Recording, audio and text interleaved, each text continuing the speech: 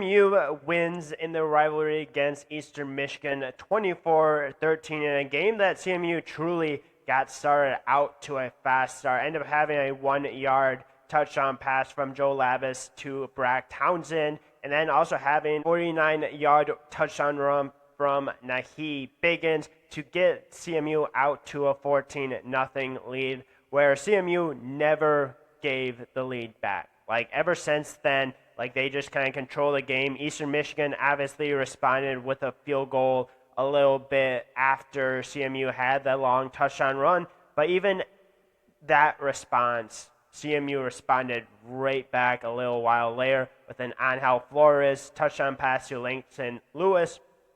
EMU did get a little bit closer towards the end of this game, especially in the third quarter, with a 38-yard field goal, 14-yard run from Noah Kim, but then CMU officially put it away with a 22-yard Cade Graham field goal with 7:08 left to go in the fourth quarter to officially make it 24-13, a big win, a big rivalry win for obviously Coach Strinkle, the coaching staff, all that kind of stuff. But yeah, let's just talk a little bit more about this game, because truly when it comes to offense, obviously we can talk about how fast they got out to a start in this game, like how good they were, how they were able to get out to a 14-0 start.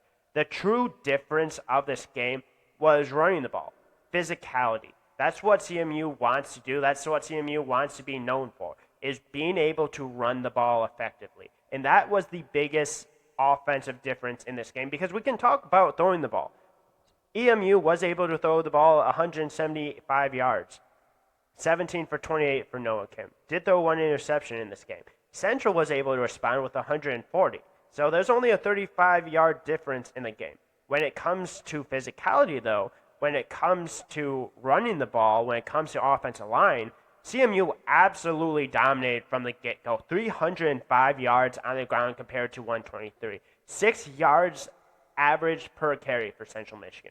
That's one thing that I've talked about over and over and over again. It's not only the physicality, not only being able to run the ball that Central Michigan wants to do, but the issues that Eastern Michigan has had defensively. This Eastern Michigan defense has not been great. When you give up over 300 yards on the ground, that is absolutely going to be an issue. That's going to continue to be an issue for this Eastern Michigan team, and that was why a lot of this was lost, because of that, was not only being able to stop the run, but Central Michigan had 35 minutes of possession compared to 23.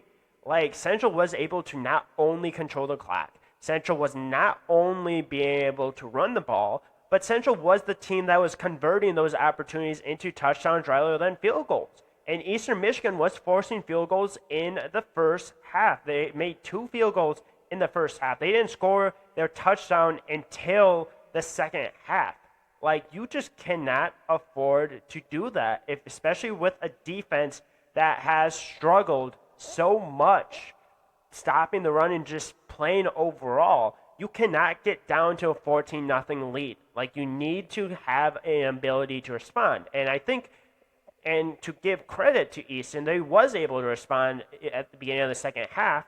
But then even when you're so far behind, when you have that possession, that takes a lot of time to come back. And while this Eastern Michigan offense, I think, is better than their defense, it still takes a decent amount of time to come back when you're down by what they were down by. But let's give full-on credit to, obviously, Central.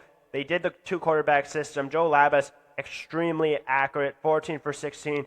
Angel Flores, 1 for 2, did have 1 touchdown, his only completion in this game. And you truly have to give also credit to the wide receivers for making plays, like Tommy McIntosh, 2 receptions, 59 yards, long of 47, a great play from him. Langston Lewis, 7 receptions, 45 yards, 1 touchdown catch. You also have Brack Townsend. I also mentioned him earlier. Nahi Biggins also got involved catching the ball, 3 receptions. He did end up running for 115 yards on the day. And then you also have quarterback Angel Flores, 137 yards on the day as a starting quarterback. Like, that is absolutely crazy. And I say starting quarterback because technically Joe Labus did start, but I know Coach Drinkle has talked about how they basically have 2 starting quarterbacks on this team, and they have maybe even a third that didn't even play in this game. Like, this team just continues to rotate these quarterbacks, and I don't think there's quote-unquote a true starting quarterback. Joe Labas might be necessarily that, but they play a lot of quarterbacks on this team, and they have been key contributors for this offense. Now, let's talk a little bit about Eastern Michigan, then kind of wrap up there shortly. Dante McMillan, obviously the best running back that this team has. 71 yards, 0 touchdowns. He also did get involved in the pass game. He's going to continue to be a main guy for this Eastern Michigan offense all year round. 3 receptions, 33 yards. Didn't end up scoring any touchdowns, obviously, in this game because the 1 touchdown was a touchdown run from Noah Kim. But he's going to be a guy that is going to continue to be talked about, continue to be mentioned. You also have Benson Prosper, 3 receptions, 37 yards. Joshua Long, 4 receptions, 36 yards. There was 17 total receptions for Eastern Michigan in this game, and Terry Lackett only had 1. 1 reception, 4 yards. That's one truly good defense from CMU. But also, if you're Eastern Michigan, you need to get Terry Lackett more involved. Like, he needs to be a necessity for this offense. And in this game, he just wasn't able to get going. And I think, again, fully credit to Central for that. But if you're not going to give Terry Lackett the ball quite a bit, you're going to struggle offensively. And that's exactly what they did in this game. But yeah, big win for Central Michigan. Obviously, a rivalry win. You really needed that to continue kind of what you have going so far. I know that Central Michigan is currently 3-2, starting the conference play 1-0, exactly the way you want it to go. Eastern Michigan struggling 1-4, so they need to try to turn around, or it's going to be another long season for Eastern Michigan, which it kind of seems like that's really the way that things are kind of trending for them, unfortunately. But yeah, good win, good start for Central Michigan. If you enjoyed this episode, make sure to leave a like, subscribe, comment. Definitely we'll talk more about Central. We'll see about Eastern, still struggling quite a bit. But yeah, really appreciate everyone tuning in, and make sure to tune in to the next recap and previews.